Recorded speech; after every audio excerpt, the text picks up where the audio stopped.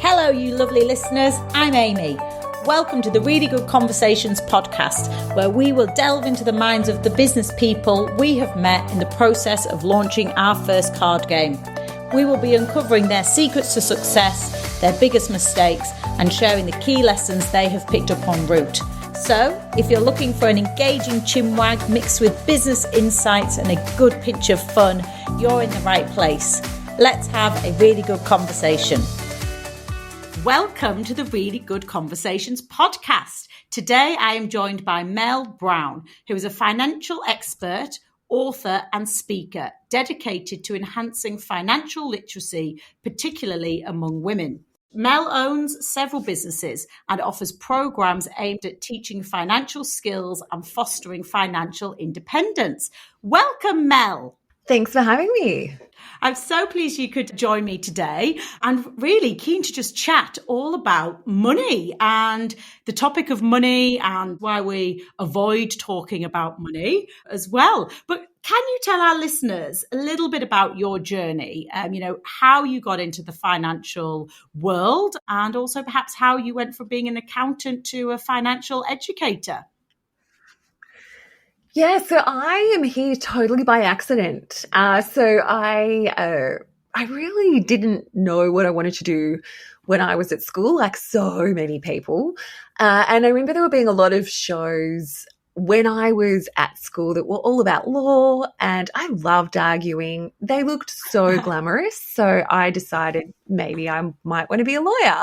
And of course, my dad, who was very driven and if you're a smart girl, you want to do something, important. He was delighted that I chose law. So I was like, great, that's what I'll do.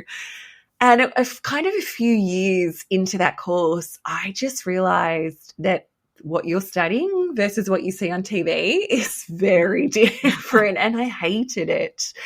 And then I was just completely lost. So I said to him, I am dropping out. And of course, he was quite horrified. And he said to me, well, look, he was an accountant. And he said, why don't you study accounting? There's law in accounting. And I didn't know what else to do. So I studied that instead. And in my late 20s, I thought, I'm not sure if this is for me either. So I started to do some even more study and just took on a few clients while I studied. And I ended up dropping that study, but keeping the clients and starting my own accounting firm. And it was just an accident. Like I look back at how I've ended up where I am now, and it's just so many, like none of it was planned. I like to joke that if I went back and told my 14-year-old self, hey, you're going to own an accounting firm, one day you're going to be a financial educator, I think she'd burst into tears and go, no, that sounds awful. That doesn't sound exciting at all. But I've been able to do so many great and interesting things. Yes, I owned my own accounting firm, but just because you're an accountant doesn't mean you're good with money.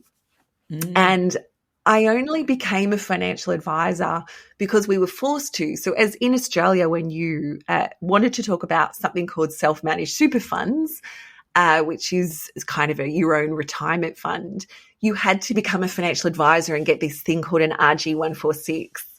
And because we had really struggled finding good financial planners as accountants, I said to Lauren, who worked with me at the time, you know what, let's not just tick the box and get this RG 146, let's actually become financial advisors and do something interesting in that space. Because yes, we had struggled to find people at financial planners to work with, but I'd also been on this whole wealth creation journey myself. And part of that was, I tell this story a lot, that at age 33, I'm a Western Sydney chick. I really grew up, despite my dad being an accountant, we did not talk about money at home. And at age 33, when I divorced my first husband, he turned to me at the time during it and just said, you are never going to make it on your own. And we all say things that we don't necessarily mean when we are in that emotional state. But I am hyper competitive. So I just turned around and went, screw you. I never want it to be said that anything I make from this point on is because of you. So I gave every cent of the divorce proceeds and every cent in my business and personal account to charity. And which meant that the next day I wanted to ring the charity back up and say, oh my gosh, I'm the charity. Can I have that back? I had to go into 5 figures of debt. I had to move into a frat house with a whole bunch of friends, which sounds fun, and sure it was. But when I was in a multi-basement bedroom and in my mid-30s with everything that I owned, every asset that I had could fit in that room, like it just wasn't cute. And I had to learn how to invest, how to build wealth, how to get myself out of that debt that I'd found myself in, how to build my business, how to find more cash. So that's part of the reason that I added on becoming a financial advisor as well when I had the opportunity to an accountant. Because my theory was, well, if I didn't know how to do this, someone who was good at money, if I've had to figure out how to come back from this less than nothing, how do other people do it? And part of my story went from there to owning my accountant to selling it pre-COVID, because I just figured at that time, like I was doing something because I happened to be good at it, not because I loved it. And I'm super introverted. Seeing people one-on-one upon one, which is how you make money in an accounting firm, just is so not what naturally works for me. I'm actually quite a creative person. I've written books. I had multiple businesses. So during COVID, what I started doing was just on Instagram, just giving so much information away and just really helping people reduce their stress and uncertainty during that time. And I worked out I loved the financial education piece. So now that's what I do. I have a business where I have a course, where I have masterclasses, where I have freebies, where I teach women particularly, but also couples, how to have great finances. And I essentially teach what we used to do as financial advisors and what I did for myself, where I, at my late 40s have had the ability to work or not, and I'm a multimillionaire in my own right. I'm super proud of it. And it's actually something where someone asked me the other day, if you won lotto or if you had more money than you know what to do with, would you still do this? And I went, hell yes. Like, to be in this beautiful position where you can do what you love and transform people's lives, I just feel like I'm in an incredibly fortunate position. That's such an amazing story to hear and journey that you've been on. And, as I'm listening, and again, I've, known your work prior to us speaking today, there isn't that education growing up, or there hasn't been in our generation when we were going through school and college, university. And I know a lot of our friends sort of speak today. It's like nobody really taught you all about the actual adulting part of taxes, investments, etc. And you just sort of, had to figure it out along the way. Yeah. And the problem is, this is throughout the Western world, we have this declining level of financial literacy where the stats are that almost half of us have got a failing when it comes to financial literacy. And the problem that I see with that is that we have more and more financial products turning up, more and more financial uncertainty, more and more paths that we can go down and things we can choose, but at a time when we know less and less about money.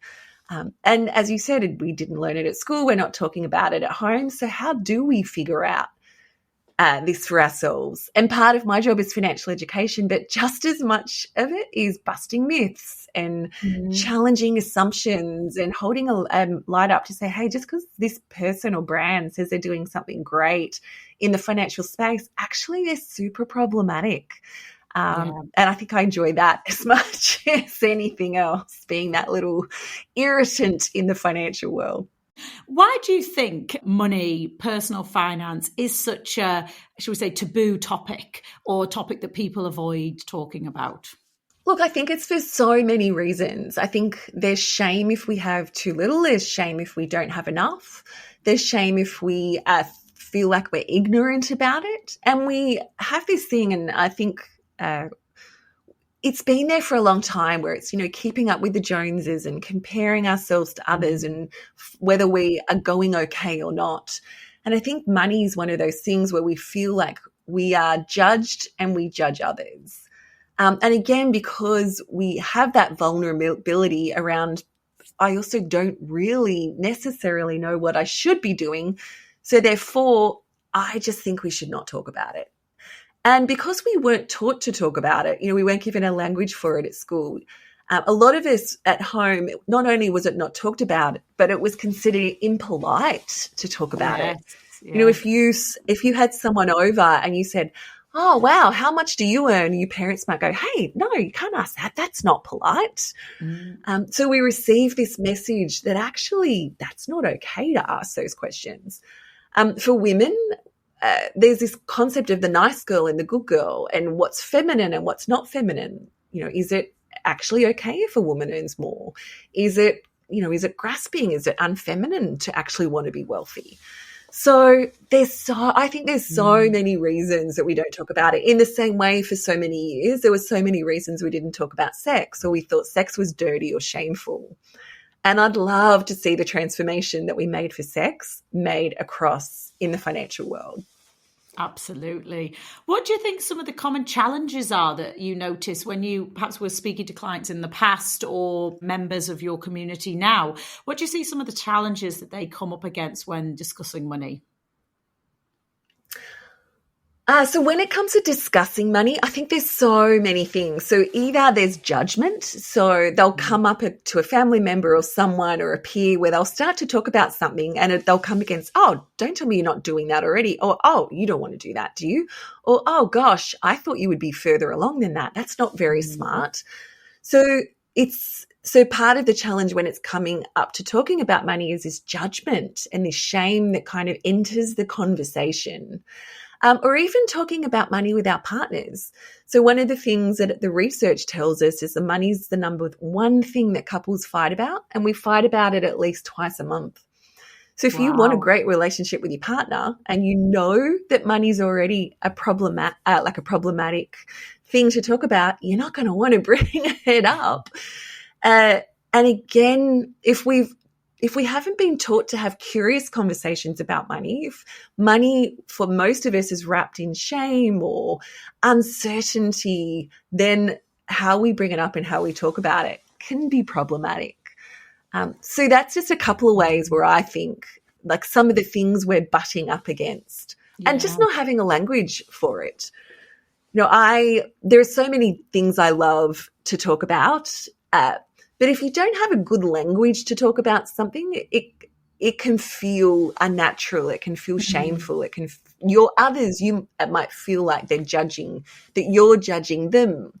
So again, it might be things that we keep to ourselves. Or I've had a good friend recently text me and say, "Hey, I just need to tell you my business has done $1 million in profit this year. And I can't tell anyone this, but I know you'd really appreciate it."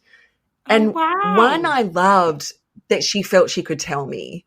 But also I felt really sad that I was one of the only people she could possibly tell because she knew if she was to say it that publicly, it would be like, wow, aren't you doing good for yourself? Or, gee, don't you think a lot of yourself? Like it's just, we carry these strange messages when it comes to money. That's just a few examples that I've seen recently.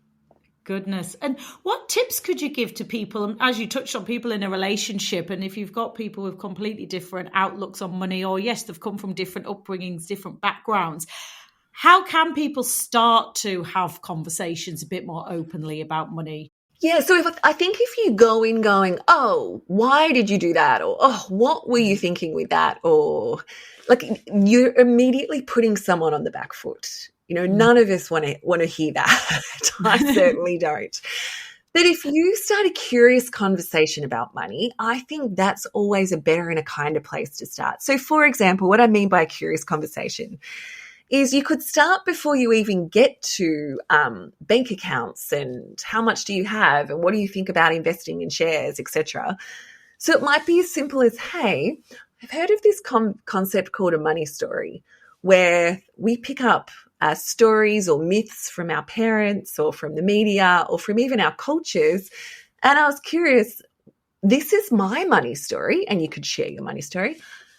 "What's yours? I'm really intrigued to know." And then when they share theirs, then start talking about the differences and then start from there, talk about what the differences might mean with how you behave with money and whether you think those differences are positive or negative. And again, just by doing that, you can start a different conversation about money. So when I did that with my husband many years ago, he said to me that in his family, it was very, very much a working class family. Money was not talked about. You just got on with it. You didn't talk about it. You didn't expect much, and you just got on with it.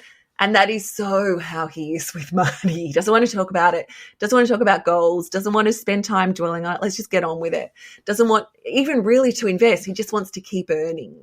And when I talk to him about, look, whilst I love that mentality of let's just go, actually figuring out your goals and spending some time thinking about what you want and what that might mean for you financially can be helpful. And this is how I found it helpful, can be a great way for him to re-enter the conversation about goals. And for me also then to give some empathy and understanding that he's not being a pain in the ass. He's just not naturally brought up that way.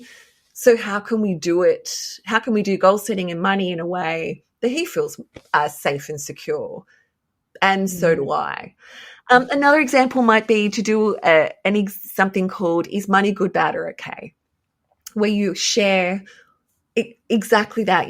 This is, I think money is good if you own your own house. I think money's okay. I think if it's debt for that's going for an asset, I think money's bad. Well, I think all debt's bad, or I think having too much money is selfish. So just take time to think about what you think about those three things, and then again take them with your partner and share and compare notes. And again, what you're doing when you do that is you're starting to sit next to your partner instead of opposite them and go, interesting. That makes so much sense that you would write that. But this is what I think. And then again, this is what it means for how we do money together. And then to bring that conversation around, so what could this mean for us financially? How can we both feel safe and seen if this is our learning? And I think that's fantastic examples, because I think it's highlighting, as you said, understanding each other's different views on money, different thoughts, rather than, as you said, both comparing perhaps bank accounts and going, oh, why haven't you got that in savings? And why haven't you got that there? Yeah. If you're both sort of doing it slightly differently. And I'm certainly not saying that you don't want to eventually get to bank accounts, but it's just starting somewhere gentler. You might move to money types next, then you might move to goals, and then absolutely before you head into moving in together, I'm such a fan of opening up bank accounts, sharing what do I have, what do I owe. There's got to come a time for that. But we don't need to start there. It's like dating. We don't just, we want to be wooed. Or most of us, I don't know. Some people know, just jump straight in. But for most of us, just a little bit of foreplay. Yeah, and you touched on a couple of concepts there and the concept of money story, but what are some of the key financial concepts that you believe everybody should have an understanding of? So I think one is understanding who you are, which is your money story and your money type. I think it's really important. I think that for a lot of us, we're stuck in sabotage loops or patterns of behavior that are either frustrating or that we don't understand or that we haven't identified. And if we can push ourselves out of those, that can really affect how we do money. Other things that I think it's really important to understand is to have a strategy around money, not to just ask people, how much do you think I should be saving? Because really the answer is it depends. How much should I be investing? Well, it depends. It depends what your goals are. It depends what money you have coming in and going out. It depends what you already have and what you owe, what different types of debt you have. So until you have a strategy and you understand those things, then it's actually really hard to future plan. And then I think it's really important to understand the habits that are right for you. So I think I absolutely don't believe in the research backs me up. Budgets do not work for most people. Instead, it's things like exactly what I talked about, and then goals, and then multiple bank accounts, and automating investing. And, just spending with what's left in your everyday account. But it's also absolutely understanding about investing. We can't earn our way to wealth. So it's understanding about investing maybe in shares and property and business. So for me, it's not just one thing that's really important to know when it comes to money. There's all these different facets that you might be listening to me and being a bit overwhelmed, going, oh, God, that's so many things. But again, it's starting one step at a time with one thing at a time and gradually working your way along it. Yeah, and I think you've even just given the listeners, just a couple of little thought starters there. I mean, we could obviously delve into each of those topics in lots of detail, but it's, perhaps things that somebody either hasn't taken any time to research about or thought about, or they've been meaning to, that, this is perhaps just sparking some of that interest. And you've certainly got a wealth of information, both on your website and your social media, I'd definitely recommend anyone listening to jump on in there and look at some of Mel's content and information. And we'll give you a link as well, so that if people wanted to jump onto freebies or to find my bits and bobs, that they can just easily go to the one place. So I'll give you that as well. Brilliant. Now, before we go on to some questions from our pack, I did just want to get your view on, what you see of the future for money, perhaps the future of how people might talk about money or how they might manage money in the future, with all these different technological advancements. Where do you see that we're going? Well, it was really interesting because pre-COVID, people were talking about how cashless societies were really a long way off.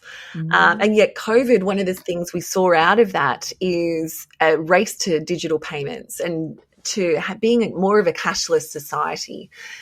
And that's certainly a trend that I see going forward. So if I'm talking to parents, I'm saying to them, sure, you might want to give your kids some cash, but ultimately I'd be teaching them how to navigate this digital world, because there is a difference between digitized payments and cash. There is even a difference in how much we'll spend. So the research will show that we will spend less if we have cash than even if we use, say, a debit card versus a credit card. And the reason being that the insular region in our pain doesn't light up. We know what it's like if you had a particular note. You're like, oh, I just don't want to crack that, or just the smell of it, or the rustle of coin. There's pain involved with that. Whereas we don't have that when we use a card. We just tap and pay. There's no friction there. Yeah. So that is definitely a trend I'm seeing, and it's for people to understand that there's a cost with that. And we need to I call it putting pain back. We need to add some friction so that we are aware that there's an overspend that's happening. How we add some friction is as simple as don't have a credit card, have a debit card. Absolutely do not touch buy now, pay later. And that's probably one of the trends I'm seeing as well. There is a rise of digital products, digital apps, investing platforms that we now have available to us, crypto. There's so many ways to shop, to spend, to invest. We can do it 24/7. But with that comes its own danger, because if we go back to the very start of our conversation, we're so low in our financial literacy. And, I have got nephews that are like, oh my God, Auntie Mel, you just need to get into this coin. I'm like, yeah, you guys all need to experience a crash, which they have, in order to realize the problems that come in with this instant gratification. Just because something seems too good doesn't mean that it's great, or just because an app's saying they're a budgeting app, actually they're not necessarily. So that's certainly something that I see. And I think the third thing is one of the things that used to be said, and that's a really old adage, is the only things certain in life are death and taxes. I think more than ever before, I think we need to add a third into that. And that is the only thing certain in life is death, taxes, and uncertainty. And I think we're going to see more and more and more uncertainty. Uncertainty in global markets, uncertainty in local markets, uncertainty as far as, well, I'm so overwhelmed by choice, I don't know what to do yet, uncertainty with inflation, with interest rates, with jobs, so much. So having that strategy, having a plan, really financially educating ourselves, I believe, is going to be a skill that we're going to need more than ever before. And again, it's why I do what I do.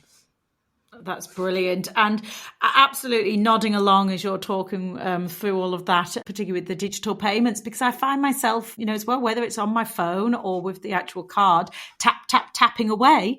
And it's, it's almost like this unconscious spending. Oh. Yeah, it's crossed my mind many a time, actually, of, that just not being perhaps as in tune or that thoughtful of your actual spending, because we can just so easily tap, or even yet paying online for something, now pre-populated in your browser is various bank cards you could use. So again, there's not that friction points that you highlighted. Sometimes if you had that note that you were going somewhere and you think, I want a drink, and you think, do I really want to end up with a load of change if I just spend a couple of pounds or dollars on this? So then you don't. But now you can put, 50 cents, 50 pence, a pound, a dollar on a card. Mm-hmm. And I'll tell you, a bugbear of mine, and I particularly noticed it more so in Australia at the beginning of this year, is the additional charges now on everything, charges for using your card, and then the terminal is charging you as well. So people, unless you're asking for receipts, you often are getting charged. You don't realise it. You don't know. So I'm on that one, actually. And good. I do say, what's this extra charge? Yeah. Plus not saving your card onto sites, not saving your card onto your phone. Like, I am one of the last person in the world, I think, that don't save my cards onto my phone, because I want to be able to leave the house and not spend. Yes. I want to go for a walk and not walk past a cafe and go, I should just buy a coffee. No, I want to be able to not have the ability. You might add some pain by having rules where you won't shop the minute that you have a glass of wine in the hand, or that if you're online shopping, it has to stay in the cart for 24 hours before you will click to buy. Like, it's just adding some friction in. Yeah. Absolutely. So that you don't just go and that you're not just led to spend. That's brilliant. Well, I think you've shared lots of great little tips along the way there, Mel, so I really appreciate that. Of course. We will now jump into a couple of questions from one of our packs. Question number 1. If you could be any age for a day, what age would you choose and why? Oh, my God. Okay, I would choose to be 28. Can I be 28 but not married to my first husband? The reason I chose 28 is because I was playing state league netball. My ankles were intact. I was just having, I was staying at, my husband and I were kind of living very separate lives. I was staying at friends' houses on the weekend, going out. It was just the best time. The collagen was still there. I just remember my late 20s with such fondness. So, I would head back there. Oh, I love that. And it was probably that sort of time. I think we were about 27, 28 when we landed in Australia. So that sort of era, yes, also filled with quite adventure, really, and meeting new people and everything. So, great age. Yes, such a good age. Now, you've obviously recently enjoyed a bit of European summer. You're obviously living through the Australian winter now. Mm-hmm. Question number 2, do you prefer summer or winter? Well, it's funny because growing up I would have said summer, and now I'm firmly winter because I love the fashion of winter. And I think growing up, we grew up without a lot of money, and so I was perpetually cold. And I think in Australia, one of the things I really noticed when I was in the UK for a month last year was because it was really cold in October when I was there, but you're built for it. Whereas in Australia, we are not set up in our infrastructure for it. So I love winter now so much. Summer here, it's too hot. And I was in Paris and New York recently where it was mid-30s and humid. I'm like, get me out of here. Yeah. Give me back to my cold. And we're enjoying actually some of the, as we're recording this, it's the summer in the UK, and it's great when we're getting the 30-degree days, but also you're like, actually, no, it's too hot, but you don't want to complain. Yeah, it's too hot. Well, we had, when we get our mid-40 days here sometimes, I'm like, no, this is just horrible. 40 is just nuts. Question number 3. What would you do if you were the leader of your country for a day? Oh, that would be horrible. I wouldn't wish that on my worst enemy. If I could be the leader, would I have power to make laws or change laws? Yeah, Yeah, let's go for it. All right, if I was leader of the country and I had the power to make laws, oh my God, I would do so much. I would want to do more around literacy. I'd want to do so much. Oh my gosh, I feel so overwhelmed. I don't know where to start. You definitely need more than a day. I would need more than a day. There is so much in Australia that I would want to change as far as our laws, whether they are laws around offenders and things that are happening here, but also just laws around how women are provided for with working, with superannuation. I would force a split. So if you're a part of a couple and one of you choose one of you not to work, I'd force the superannuation or retirement monies to be split. Like that's not optional. That's just happening. I would really firm up our coercive control laws, our DV. I would absolutely force more transparency for things like buy now, pay later. I would have a field day. Like it would just be sit down and I would just go. I would have quotas for boards, certain number of women. I would have stricter rules around modern slavery. Like I would just go to town, enacting law upon law. And when I was going through the pack and looking at the questions of which ones to decide to ask you, I was like, oh, I mean, this is Mel. Because, what you do is super inspiring, and you do share some great, as you said, you bust myths, you share, opinions, you share useful information. And I just thought, actually, we need to hear from Mel. We need to put Mel in charge for, longer for a day. But oh, God, you really don't. It would just be horrible. Oh, yeah. You'd be like, get rid of this dictator. We need someone kinder. Oh, well, they're all brilliant answers, so thank you. And the finishing question is, if you could ask any person, dead or alive, a question, who would it be and what would you ask them?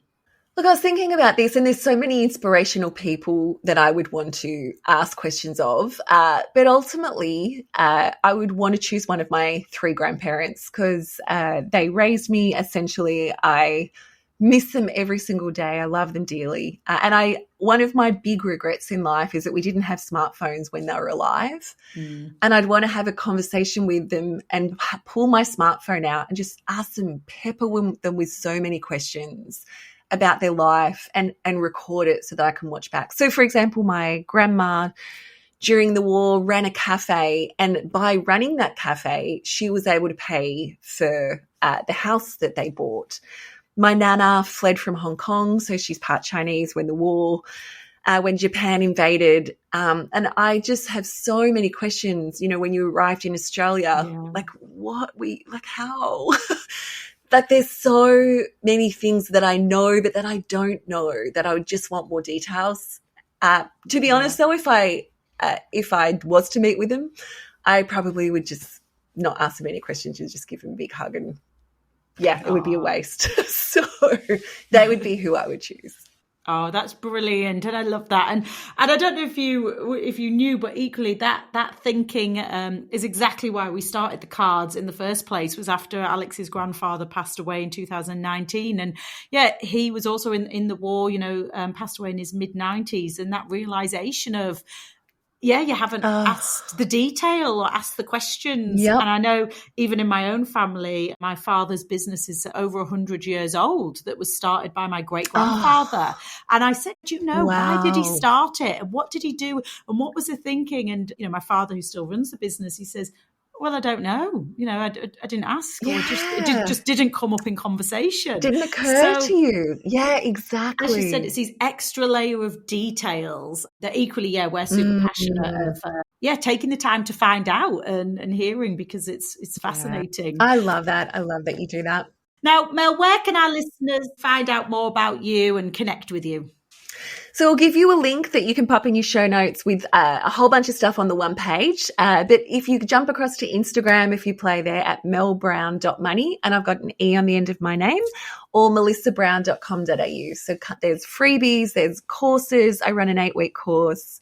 4 times a year, we do challenges and free webinars. And as you said, I give lots of information away.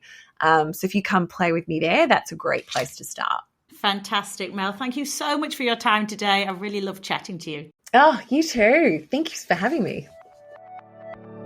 Thanks Thanks for listening. I hope you enjoyed the episode. Be sure to check out the show notes for more information on today's guests. And if really good conversations are your thing, hit subscribe and join us next time for more business journeys, insights and banter.